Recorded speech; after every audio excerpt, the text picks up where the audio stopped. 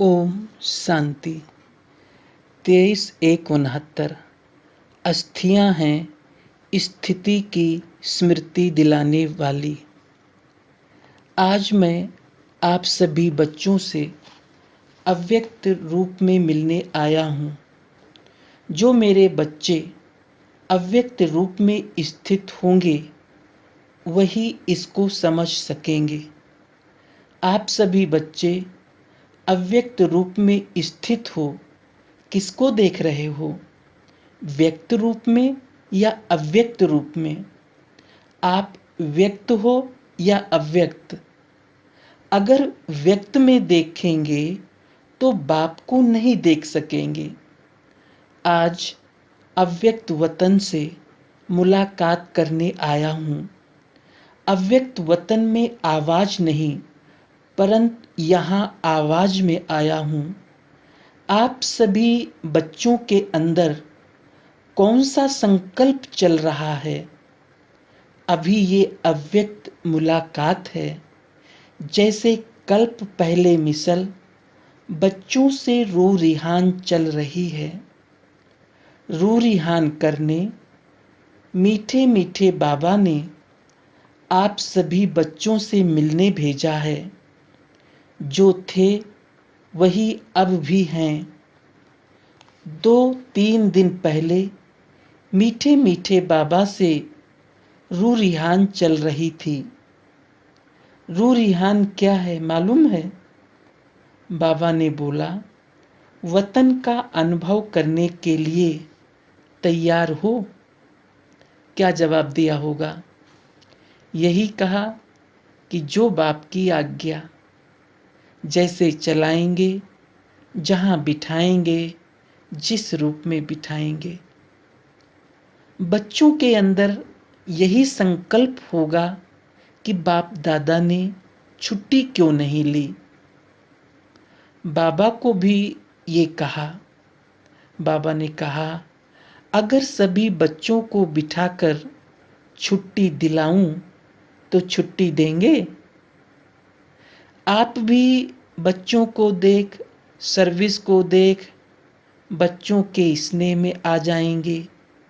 इसलिए जो बाप ने कराया वही ड्रामा की भावी कहेंगे। व्यक्त रूप में नहीं तो अव्यक्त रूप से मुलाकात कर ही रहे हैं। सर्विस की वृद्धि वैसे ही है, बच्चों की याद वैसे ही है, लेकिन अंतर ये है कि वो व्यक्त में अव्यक्त था और ये अव्यक्त ही है। जो नैनों की मुलाकात जानते होंगे वो नैनों से इस थोड़ी सी मुलाकात में अपने प्रति शिक्षा डायरेक्शन ले लेंगे। आप सभी को वतन में तो आना ही है। बच्चों से मुलाकात करने के लिए हर वक्त हर समय तैयार ही रहते हैं। अब जहां तक बच्चों की जितनी बुद्धि क्लियर होगी उसी अनुसार ही अव्यक्त मिलन का अनुभव कर सकेंगे। शक्ति स्वरूप में स्थित हैं दीदी से, जैसे साथ थे वैसे ही हैं, अलग नहीं। अभी शक्ति स्वरूप का पार्ट प्रत्यक्ष में दिखाना है। जो बाप की शिक्षा मिली है वो प्रैक्टिकल में करके दिखाना है। शक्ति सेना बहुत है, अभी पूरा शक्ति स्वरूप बन जाना।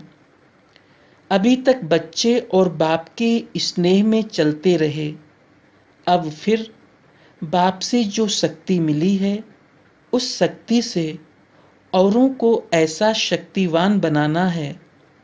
वही बाप के स्नेही बाप के साथ अंत तक रहेंगे। अभी मीठे मीठे बाबा दृश्य दिखला रहे हैं आप सभी बच्चों का। आप अस्थियां उठा रहे थे, अस्थियों को नहीं देखना, स्थिति को देखना।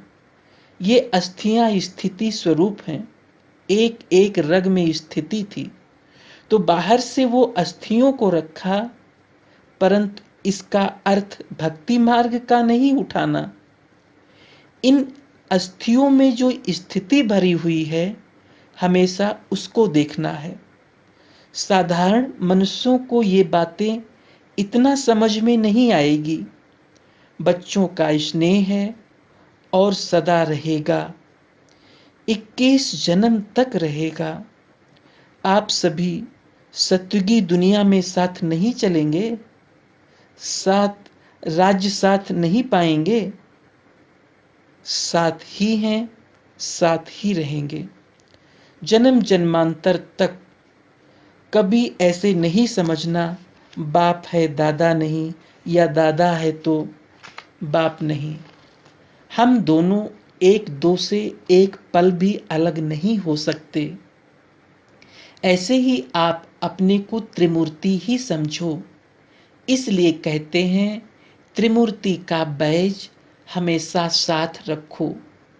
जब ब्रह्मा विष्णु और शंकर तीनों को देखते हो तो आपके भी त्रिमूर्ति की याद अर्थात अपना स्वरूप और बाप दादा की याद, त्रिमूर्ति की स्थिति मशहूर है। इसमें ही आप सभी बच्चों का कल्याण है। कल्याणकारी बाप जो कहते हैं, जो कराते हैं, उसमें ही कल्याण है। इस एक एक महावाक्य में, एक एक नज़र में बहुत कल्याण है। लेकिन स्थूल को परखने वाले कोई कोई अनन्य और महारथी बच्चे हैं। अब आप भी इतना ही शीघ्र कर्मातीत स्थिति में स्थित रहने का पुरुषार्थ करो। जैसे यहाँ हर समय बाप दादा के साथ व्यतीत करते थे, वैसे ही हर कर्म में हर समय अपने को साथ ही रखा करो।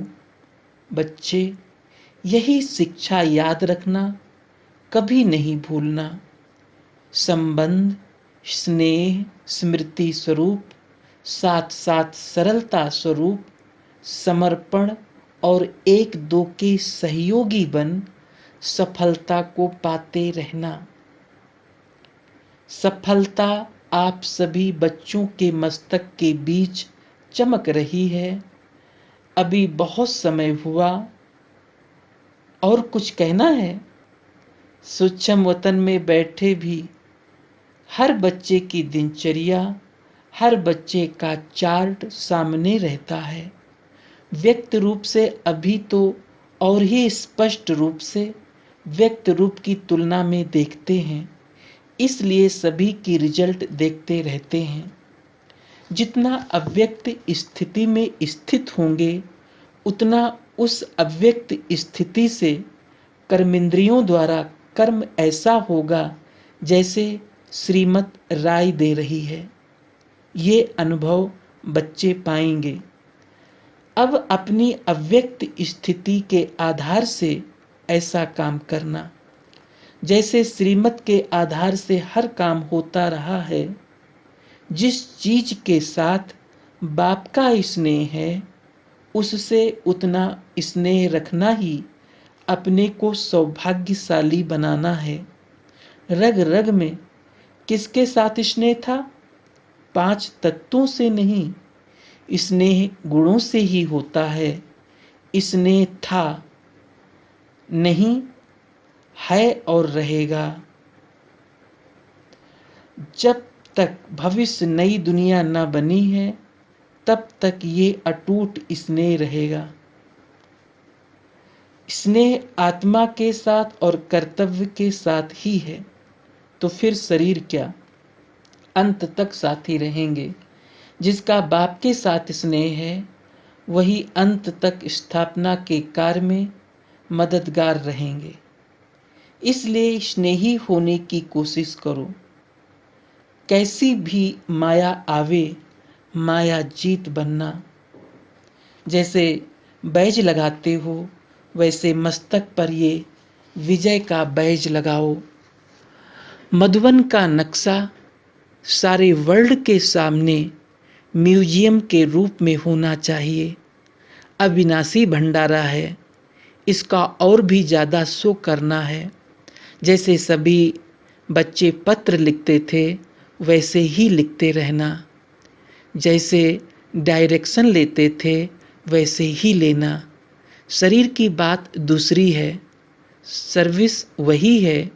इसलिए जो भी बात हो मधुबन में लिखते रहना, अपना पूरा कनेक्शन रखना, दूसरों को भी अपनी अवस्था का सबूत देना।